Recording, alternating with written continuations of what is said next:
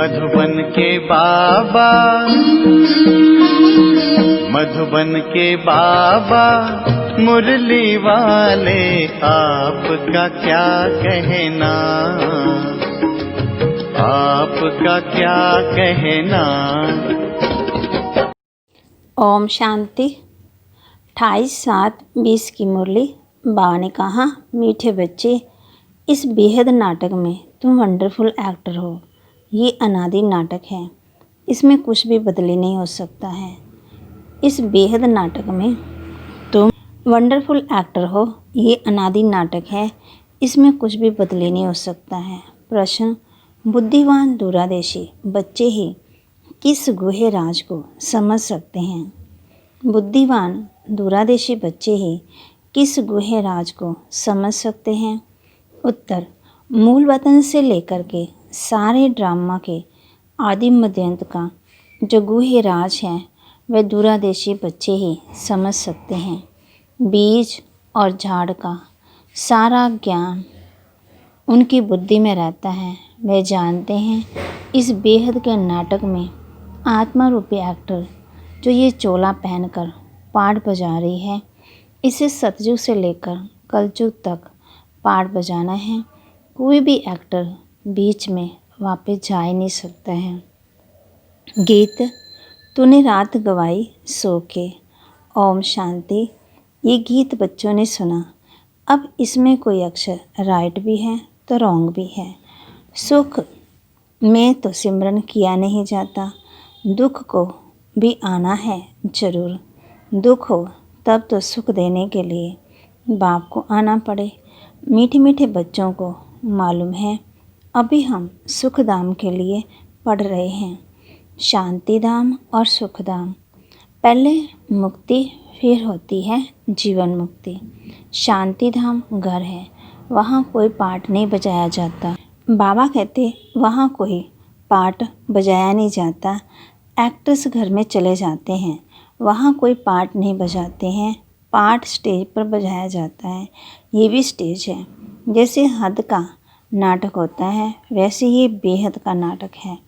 इनके आदि मध्यांत का राज सिवाय बाप के कोई भी और समझा न सके। वास्तव में ये यात्रा अथवा युद्ध अक्षर सिर्फ समझाने में काम में आते हैं, बाकी इसमें युद्ध आदि कुछ है ही नहीं है। यात्रा भी अक्षर है, बाकी है याद। याद करते करते पावन बन जाएंगे। ये यात्रा पूरी भी यहाँ भी होगी, कहाँ जाना नहीं है। बच्चों को समझाया जाता है पावन बनकर अपने घर जाना है। अपवित्र तो जा न सके, अपने को आत्मा समझना है। मुझ आत्मा में सारे चक्कर का पाठ है। अभी वह पाठ पूरा हुआ। बाप राय देते हैं बहुत सहज, मुझे याद करो, बाकी बैठे तो यहाँ ही हो, कहाँ जाते नहीं हो। बाप अगर के कहते हैं मुझे याद करो, तुम पावन बन जाएंगे। युद्ध कोई है नहीं है, अपने को तमो प्रधान से सतो प्रधान बनाना है। माया पर जीत पानी है। बच्चे जानते हैं 84 का चक्कर पूरा होना है। भारत सतो प्रधान था, उसमें जरूर मनुष्य होंगे, जमीन थोड़ी बदलेगी। अभी तुम जानते हो हम सतो प्रधान, फिर तमो प्रधान बने, अब फिर सतो प्रधान बनना है। मनुष्य पुकारते भी हैं कि आकर के हमको पति से पावन बनाओ, परंतु वह कौन है, कैसे आते हैं, कुछ नहीं जानते। अभी बाबा ने तुम्हें समझदार बनाया है। कितना ऊंच मर्तबा तुम पाते हो। वहाँ की गरीब भी बहुत ऊंच है यहाँ के शाहूकारों से। बल कितने भी बड़े बड़े राजाएं थे, बहुत धन था, परंतु है तो भिखारी ना। बाबा कहते इनसे वहाँ की साधारण प्रजा भी बहुत ऊंच बनती है। बाबा फर्क बतलाते हैं। रावण का परछाया आने से पतित बन जाते हैं। निर्विकारी देवताओं के आगे अपने को पतित कह माथा जाकर टेकते हैं। बाप यहाँ आते हैं तो फट से ऊन चढ़ा देते हैं। सेकंड की बात है। अभी बाप ने तीसरा नेत्र दिया है ज्ञान का। तुम बच्चे दूरादेशी बन जाते हो। ऊपर मूल वतन से लेकर के सारे ड्रामा का चक्कर तुम्हारी बुद्धि में याद है। जैसे हद का ड्रामा देखकर फिर आए, सुनते हो ना क्या क्या देखा, बुद्धि में भरा हुआ है। जो वर्णन करते हैं आत्मा में भरकर आते हैं ना, फिर आकर के वहाँ कहते ये है बेहद की बातें। तुम बच्चों की बुद्धि में इस बेहद ड्रामा के आदि मध्यंत का राज रहना चाहिए जो रिपीट होता रहता है। उस हद के नाटक में तो एक एक्टर निकल जाता, फिर बदले में दूसरे आ जाते हैं। कोई बीमार हुआ तो उनके बदले फिर दूसरा ऐड कर देंगे। ये तो चेतन ड्रामा है, इसमें जरा भी अदली बदली नहीं हो सकती है। तुम बच्चे जानते हो हम आत्मा हैं, ये शरीर रूपी चोला है जो पहनकर हम बहुरूपी पाठ बजाते हैं। नाम, रूप, देश, फीचर्स बदलते जाते हैं। एक्टर्स को अपने एक्ट का तो मालूम होता है ना। बाप बच्चों को ये चक्कर का राज तो समझाते रहते हैं। सत्युग से लेकर कलयुग अंत तक आते हैं, फिर जाते हैं, फिर नए से आकर पाठ बजाते हैं। इनकी डिटेल समझाने में टाइम लगता है। बीज में नॉलेज भल है, फिर भी समझाने में टाइम तो लगता है। तुम्हारी बुद्धि में सारा बीज और झाड़ का राज है। सो भी जो अच्छे बुद्धिमान हैं वही समझते हैं कि इसका बीज ऊपर में है। बाबा कहते इनकी उत्पत्ति, पालना और संहार कैसे होता है, इसलिए त्रिमूर्ति भी दिखाया गया है। ये समझाने तो बाप देते हैं और कोई भी मनुष्य दे न सके। जब यहाँ आए तब पता पड़े, इसलिए तुम सबको कहते हो यहाँ आकर के समझो। कोई बहुत कट्टर होते हैं जो कहते हैं हमको कुछ सुनना ही नहीं है। बाबा कहते कोई तो सुनते भी नहीं है, कोई लिटरेचर लेते, कोई नहीं लेते हैं। तुम्हारी बुद्धि अभी कितनी विशाल दूरदर्शी हो गई है। तीनों लोगों को तुम जानते हो। मूल वतन जिसको निराकारी दुनिया कहा जाता है, बाकी सूक्ष्म वतन का कुछ भी नहीं है। कनेक्शन सारा है मूल वतन और स्थूल वतन से। बाकी सूक्ष्म वतन तो थोड़ा टाइम के लिए है। बाकी आत्मा सब ऊपर से यहाँ आती है पाठ बजाने। ये झाड़ सब धर्मों का नंबरवार है ना। ये है मनुष्यों का झाड़ और बिल्कुल एक्यूरेट, कुछ भी आगे पीछे हो न सके। ना आत्मा और कोई जगह बैठ सकती है। आत्मा ब्रह्म तत्व में खड़ी है ना, जैसे स्टार आकाश में खड़े हैं। ये स्टार्स तो दूर से छोटे छोटे देखने में आते हैं, है तो बड़े, लेकिन आत्मा तो ना छोटी बड़ी होती है ना विनाश को पाती है। तुम गोल्डन एज में जाते हो, फिर आयरन एज में आते हो। बच्चे जानते हैं हम गोल्डन एज में थे, अब आयरन एज में आ गए। कोई वैल्यू नहीं रही, बल माया की चमक कितनी भी है, परंतु ये है रावण की गोल्डन एज, वह है ईश्वरीय गोल्डन एज। मनुष्य कहते रहते हैं 6-7 वर्ष में इतना अनाज होगा, जो बात मत पूछो। देखो उनका प्लान क्या है और तुम बच्चों का प्लान क्या है। बाप कहते हैं मेरा प्लान है पुरानी दुनिया को नया बनाना, तुम्हारा एक ही प्लान है। जानते हो बाप की श्रीमत से हम अपना वर्षा ले रहे हैं। बाबा रास्ता बताते हैं, श्रीमत देते हैं, याद में रहने की मत देते हैं। मत अक्षर तो है ना, कहते संस्कृत अक्षर तो बाप नहीं बोलते। बाप तो बिंदी में ही समझाते रहते, भाषा तो ढेर है। तो बाबा कहते हिंदी और इंग्लिश तो बहुत जानते हैं, पढ़ते हैं ना। बाकी माताएं घर में रहने वाले इतना नहीं पढ़ती है। आज के विलायत में अंग्रेजी सीखते हैं तो फिर यहाँ आने से भी इंग्लिश बोलते रहते हैं, हिंदी बोल नहीं सकते। घर में आते हैं तो माँ से इंग्लिश से बात करने लग पड़ते हैं। वे बेचारी मूंझ जाती है कि हम क्या जाने इंग्लिश से, फिर उनको टूटी फूटी हिंदी सीखनी पड़े। सज्जू में तो एक ही राज्य, एक ही भाषा है जो अब फिर से स्थापन कर रहे हैं। हर 5000 वर्ष के बाद इस सृष्टि का चक्कर कैसे फिरता है, सब बुद्धि में रहना चाहिए। अब एक बाप की ही याद में रहना है। यहाँ तुमको फुर्सत अच्छी रहती है। सवेरे में स्नान आदि कर बाहर घूमने फिरने में बड़ा मज़ा आता है। अंदर में यही याद रहे कि हम सब एक्टर्स हैं। ये भी अभी स्मृति आई है बाबा ने हमको 84 के चक्कर का राज बताया है। हम सतो प्रधान थे, ये बड़ी खुशी की बात है। बाबा कहते हम सतो प्रधान थे, ये बड़ी खुशी की बात है। मनुष्य घूमते फिरते, उनकी कुछ भी कमाई नहीं है। तुम तो बहुत कमाई करते हो। बुद्धि में चक्कर भी याद रहे, फिर बाप को भी याद करते रहे। कमाई करने की युक्तियाँ बाबा बहुत अच्छे बताते हैं।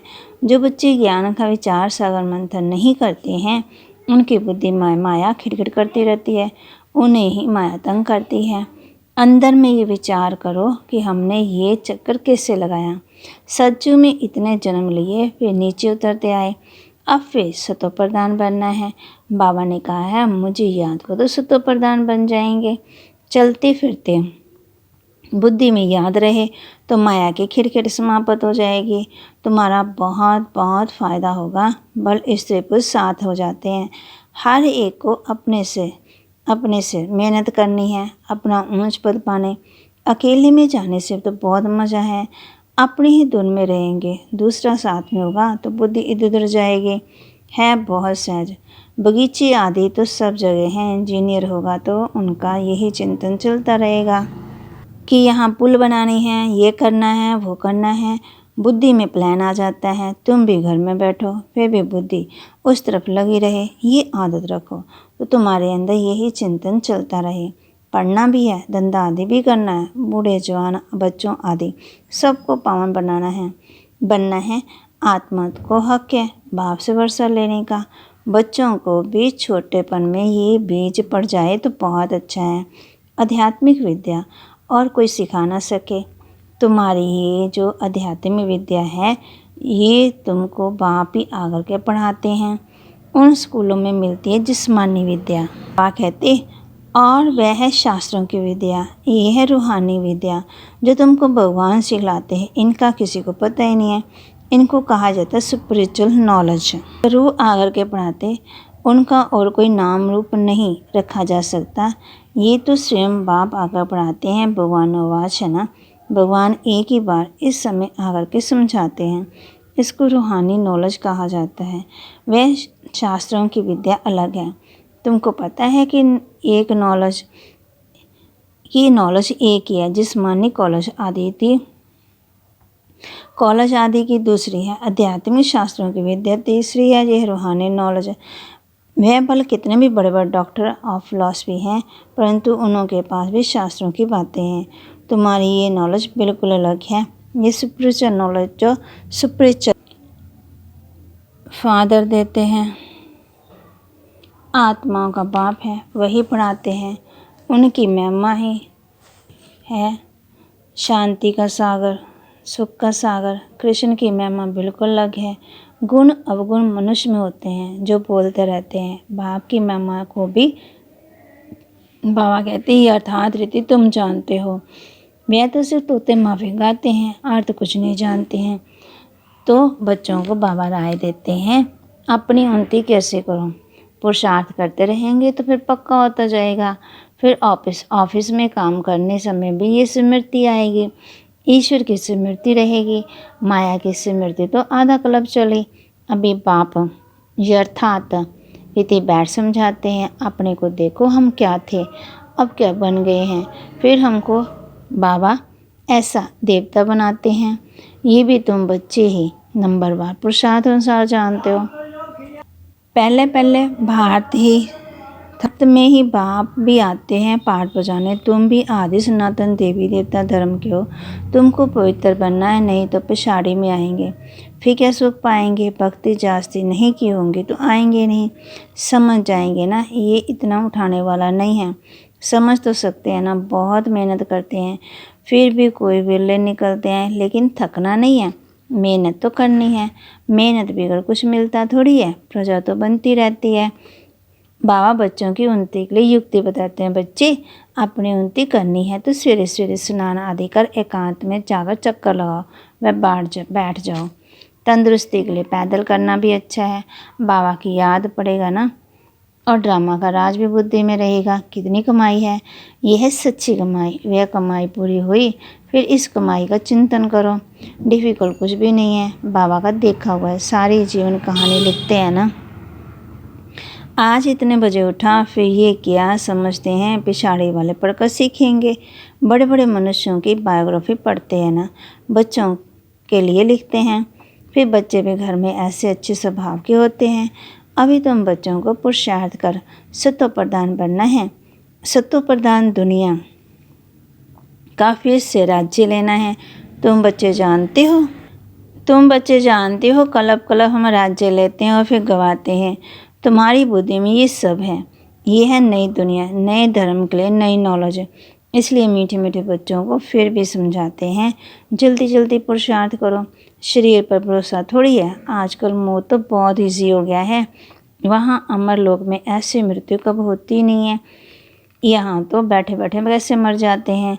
इसलिए अपना पुरुषार्थ करते रहो, जमा करते रहो। बाबा बच्चों को कहते हैं, बच्चे अपना पुरुषार्थ भी करना है और जमा भी करना है।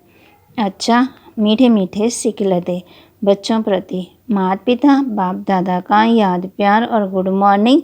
रूहानी बाप की रूहानी बच्चों को नमस्ते।